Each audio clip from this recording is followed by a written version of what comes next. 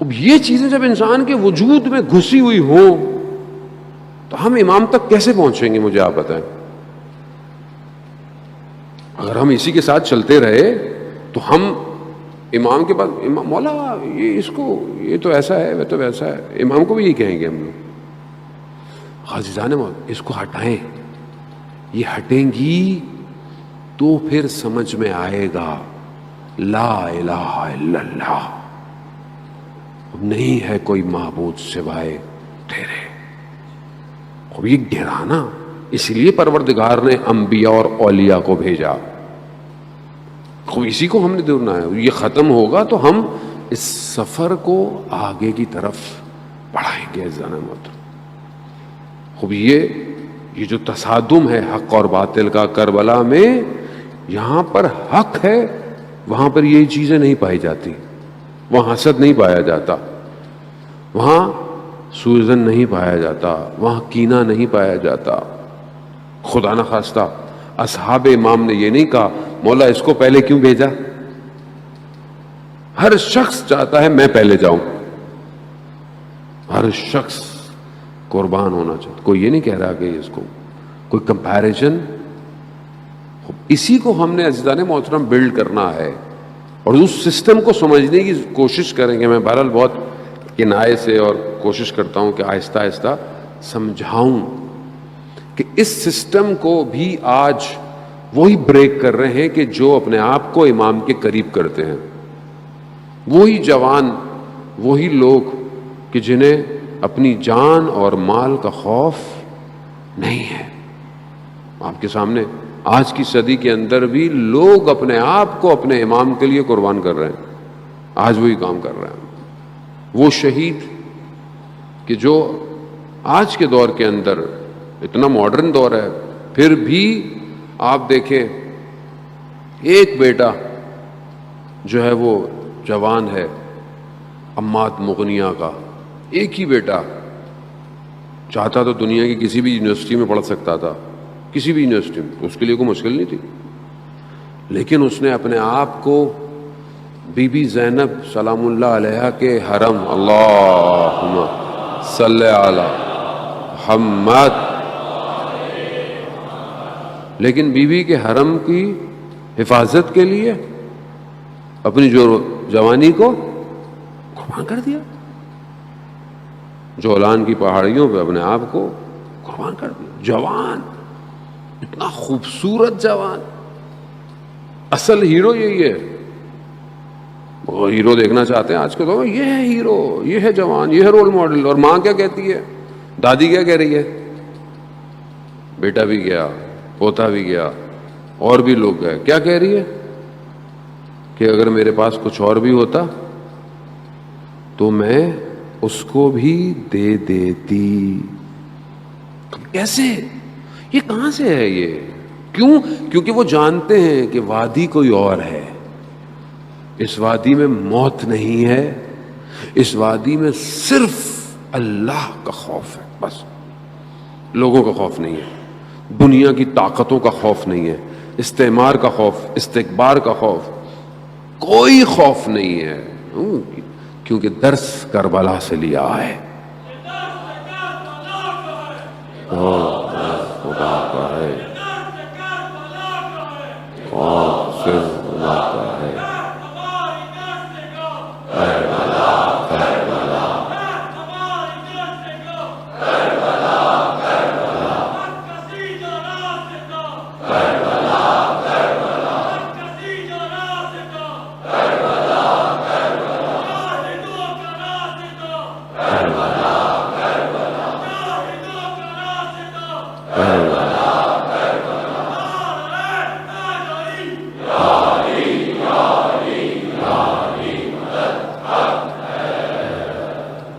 عزیزان محترم خوب یہی راستہ ہے، یہی راستہ بناتا ہے ہمت اور سردار چمران کو.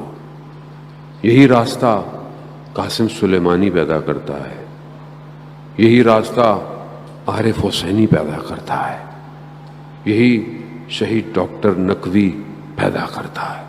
یہ راستہ ایسا ہے. خوب یہ راستہ یہی ہے، اس راستے کا اختتام شہادت ہے.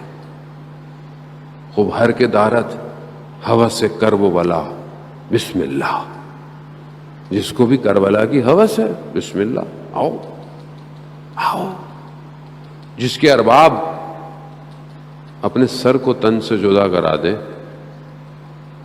جس کے مالک اپنے سر کو تن سے جدا کرا دیں، ان غلاموں کے سروں کی کیا قیمت ہے؟ کیا قیمت ہے؟ اس سر کی بھی کوئی قیمت ہے؟ نہیں ہے. اس وادی میں داخلہ ہی یہی ہے. ہر ایک جگہ داخل ہونے کی شرائط ہے. یہاں شرط یہی ہے، اگر تمہیں اپنی گردن پیاری ہے تو تم نہیں آ سکتے، جاؤ. کیوں؟ کہا کہ تم صرف خدا کا خوف کرو.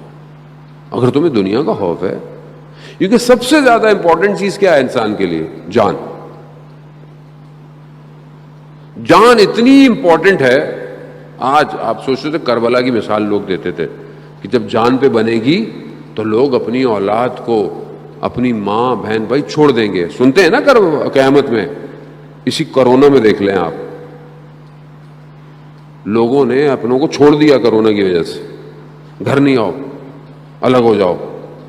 اچھی بات ہے پروٹوکول، لیکن اتنا لوگوں نے چھوڑ دیا کہ میں نے لوگوں کی ڈائیورس ہو گئی. میں آپ کو حقیقت بتا رہا ہوں، چھوڑ دیا لوگوں نے. نہ ماں سے، نہ بیٹا دور سے، اس سے کوئی کسی سے نہیں مل سکتا. کیا؟ جان امپورٹنٹ ہے.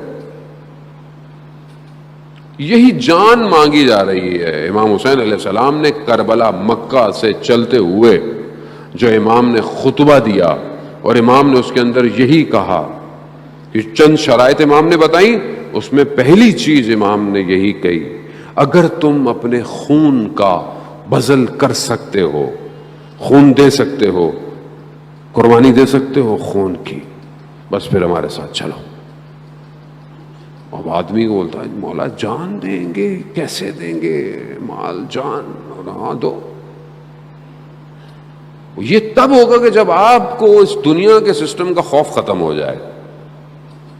اور جب خوف ختم ہو جاتا ہے تو آدمی پھر کسی اور وادی میں کھڑا ہوتا ہے.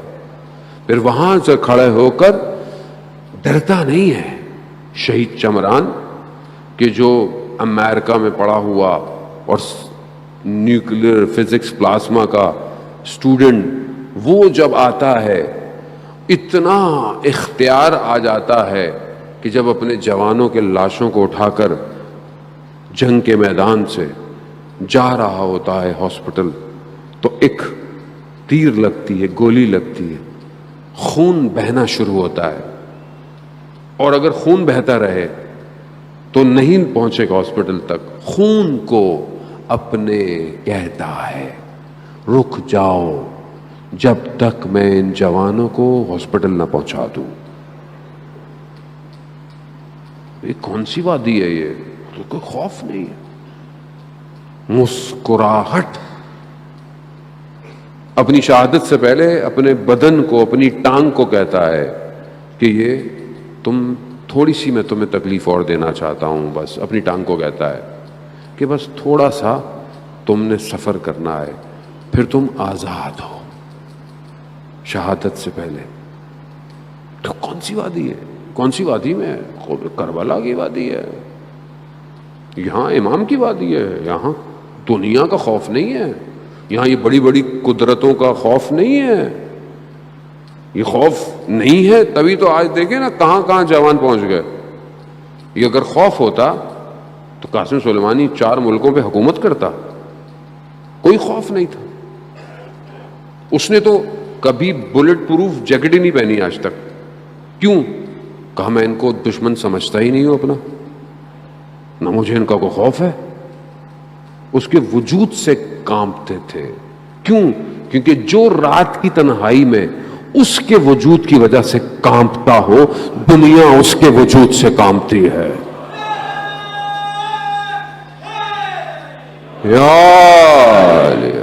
وہ بھی ہے. یہ ہے کربلا. نہیں دیکھا کربلا میں آپ نے؟ ایک جب بھی آتا تھا لرزنا شروع ہو جاتے تھے. ایک ایک آیا ہے اور یہاں پورا اٹیک کرنے کی کوشش کرتے تھے لوگ. وہ کیا ہے؟ وہ اللہ کا خوف، اللہ کی طرف بڑھنا، اللہ کی عبادت، خدا کا راز و نیاز کرنا. وہ اسی وادی میں ہم نے جو ہے عزیزان محترم سفر کرنا ہے. وہ ہم اس وادی میں جائیں کہ ہماری آنکھیں بیدار ہوں، ہم دیکھیں کہ دنیا میں ہو کیا رہا ہے. وطن عزیز پاکستان جس مقصد کے لیے آزاد ہوا، کس لیے آزاد ہوا؟ وہ مسلمان ہوں، عبادت ہو آپس میں. کیا ہم اس طرف بڑھے ہیں کہ نہیں بڑھے؟ کیا ہم بقا کی طرف ہیں؟ کیا یہ اسلام کا قلعہ وقت کے امام کی طرف بڑھ رہا ہے؟ وہ مسائل کو کون حل کرے گا؟ کوئی باہر سے تو نہیں آئے گا. لیکن جب تک ہم اپنے آپ کو حل نہیں کریں گے، ہمیں سمجھنے کی ضرورت ہے. ہم یہ جو پیغام ہے حسینیت کا، آزادی کا، آزاد وہی ہے کہ جس نے اپنے آپ کو اللہ کے حوالے کر دیا. یہ آزادی ہے. یہ آزادی نہیں ہے کہ میں کپڑے اتار دوں، میرا جیسا دل چاہے میں زندہ رہوں. نہیں، یہ آزادی نہیں ہے، یہ حیوانیت ہے. آزادی اسی کو کہتے ہیں کہ جو اس کا غلام بن جائے وہ دنیا کی زنجیروں سے آزاد ہو جاتا ہے. یہ آزادی حاصل کرے. یہ آزادی اگر واقعاً ہمارے حکمرانوں کو ہو گئی تو پھر دنیا ہم سے خوف کھائے گی. ہم نہیں خوف کھائیں گے لوگوں سے. وہاں پھر جملوں کی قیمت ہوتی ہے. دیکھیں ان لوگوں کو کہ جب وہ بولتے ہیں تو دنیا کانپتی ہے. کیوں؟ کیونکہ صرف اللہ کے بندے ہیں،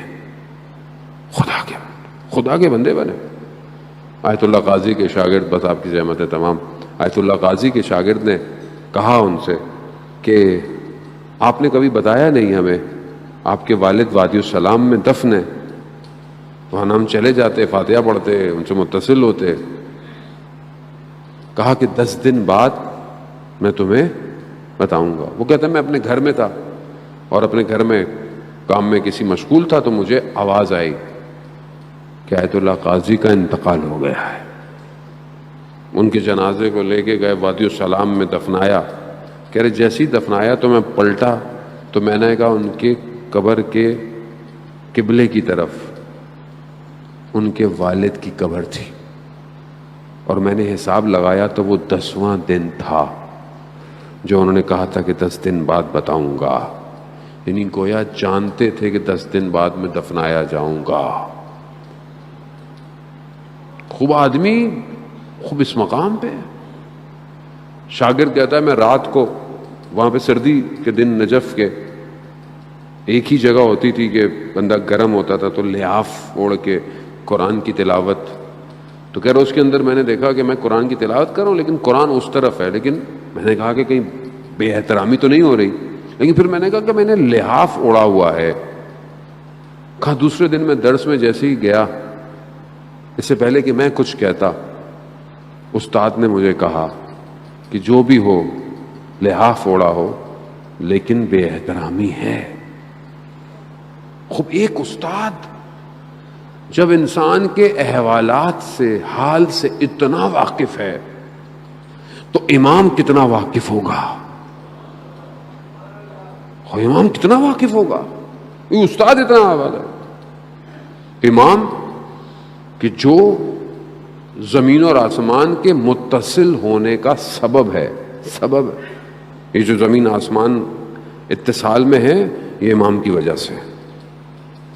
رحمت جتنی بھی آ رہی ہے یہ سب امام کی وجہ سے ہے. یہ جو لوگ سمجھے تھے کربلا، انہوں نے اپنا سب کچھ دے دیا امام کو.